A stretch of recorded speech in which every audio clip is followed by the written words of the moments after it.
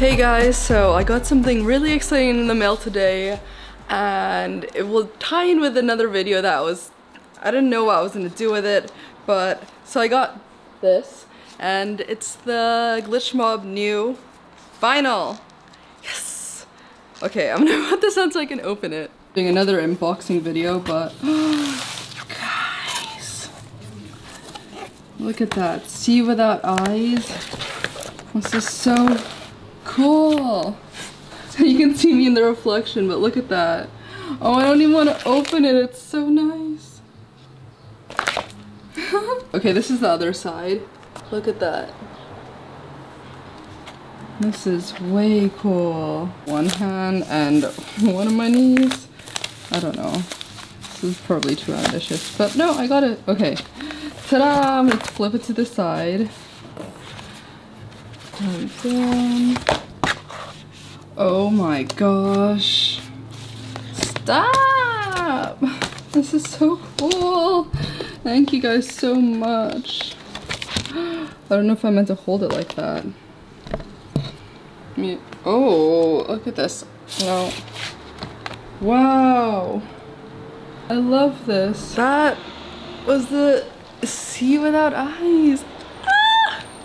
Oh my gosh, there's the back with all the songs and a quote here. But look at that. So, what I was gonna tell you was the second part of this video. I went to their screening with See Without Eyes at Dolby, and that video, I'm like so shy. So what happened was I was at the screening and I kind of wanted to film the screen, but this camera is really bright and I didn't want to like be that person to film a film. I saw people like Insta story it, but then I'm really shy and I didn't, and I tried to, but I filmed the ceiling the whole time, like so stupid, that it just wasn't even really worth it to make a video. But they had a Q&A at the end, which was really cool, so I'm gonna put all those clips and combine it with this video, so it's gonna be an overall Glitch Mob video, and I hope you guys enjoy that. Hi, it's Lauren. Today I'm going to the Chinese Theater in Hollywood for Glitch Mob. They're gonna do some screening, but they talked a lot about technology and merging that with music, so very excited for this and gonna bring you guys along. Going there now. Ooh, rainbow. Yeah. Track and mix them anywhere into space instead of just having two channels. Now I know 99% of you in this room listen to music in stereo, right? Whether you're at a concert. Hey, make some noise for the Glitch Mob.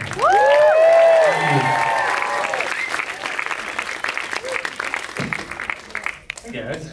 Damn. Hi. For those of you who don't know me, my name is Willie Joy. I host a podcast called Back to Back. We just recorded an episode of that really great conversation that's coming out next week. And I'm honored to be here with you guys. How are you guys feeling? That was pretty amazing. That was really trippy. Was that the first time you saw it? Well, it's different getting to see it on a screen like this and experience it in the full Atmos sound system. I mean, I saw things and felt things in there that I didn't, so yeah, it was new. Yeah, it's new for me too, man. Well, let's talk a little bit about the new album, and it's dropping tomorrow, right? Yeah, I mean, it should actually be out in a couple hours by the time we get out of the theater. Ready?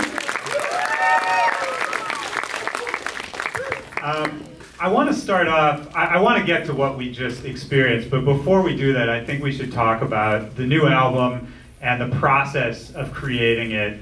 And I want to start off by asking kind of a simple question that we can work into is, how is this album, this body of work, different from what you've done in the past? And what I'm interested in is not necessarily the process of writing the songs and sitting there and doing the work, but sort of what was going on in your lives. What was affecting you mentally? What were you inspired by?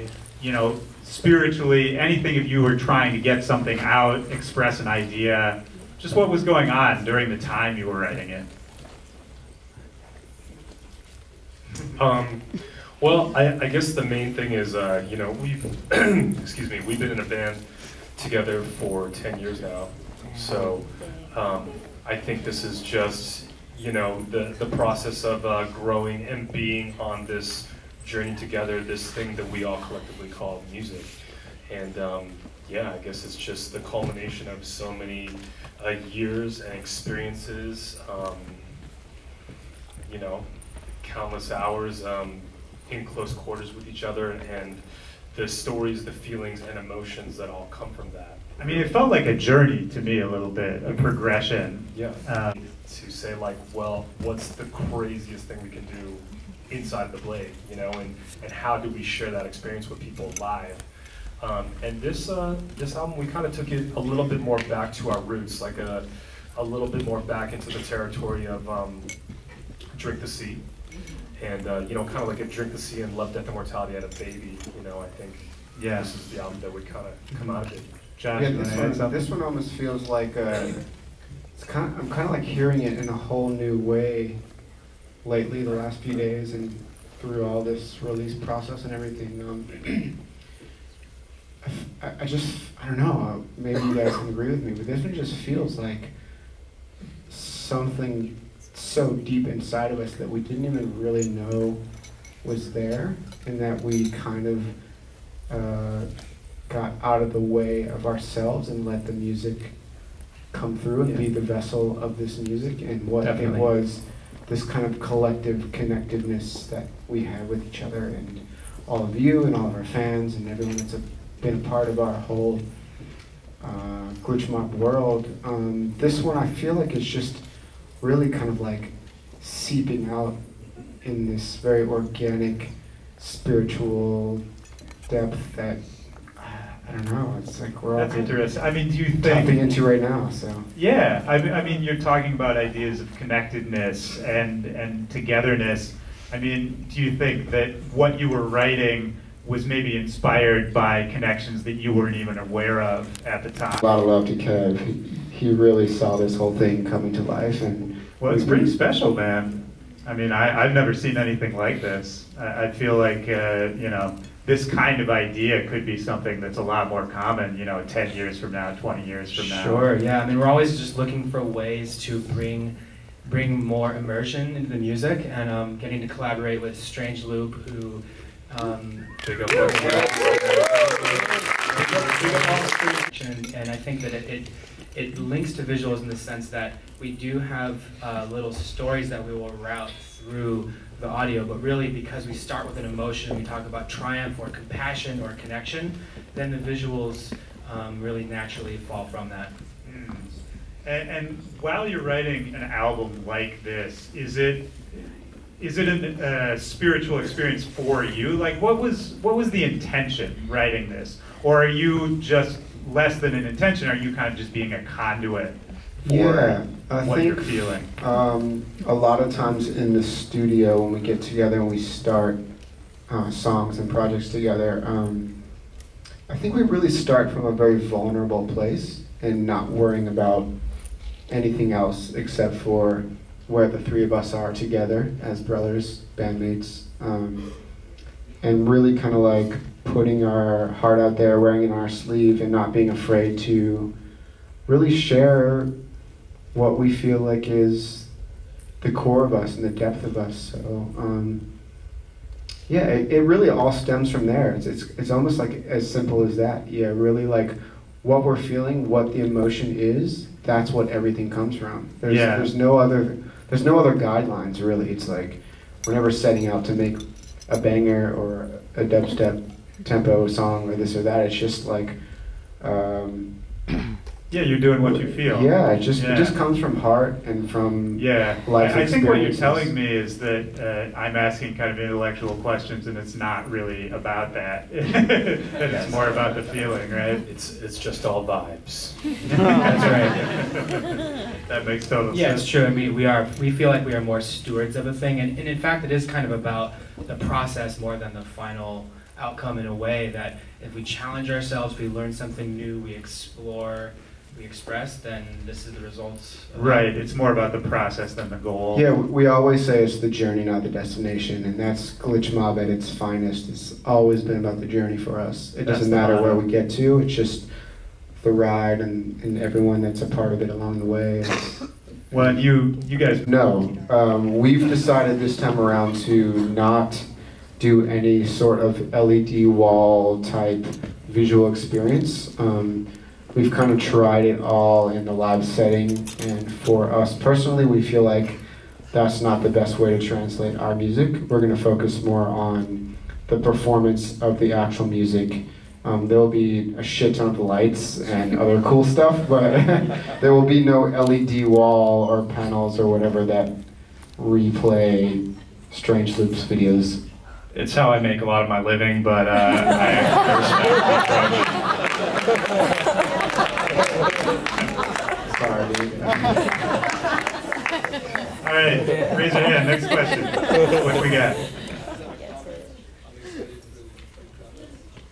Excited for the YouTube comments. I've never heard anyone say that.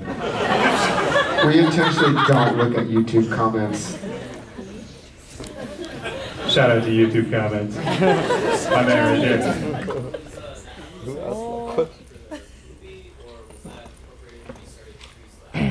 Yeah, that's just for this. This is only happening now. That's it. And unless we do another Atmos experience, because it has to happen in an Atmos theater and everything.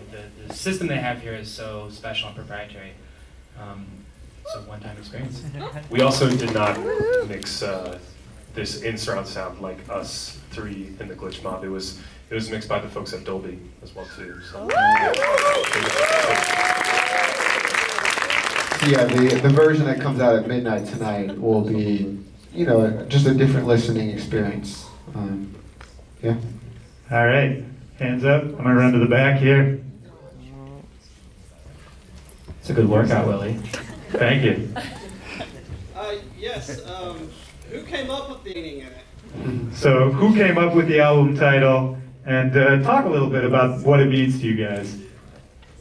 The album title comes from a kind of like a fridge magnet process where we have tons and tons of words and concepts and ideas that we then move around. I mean, actually for months we sort of harvest little bits of poetry and song titles of other people from books and then move everything around until it feels just right. And it's almost like throwing wet spaghetti at the wall until something feels just right. And we thought maybe it was Seeing Without Eyes or maybe it was something else, but really when that one stuck, there is a concept in a book by a guy named William Richards who's a doctor that uses psychedelic drugs to take people to the other side if they have terminal illness.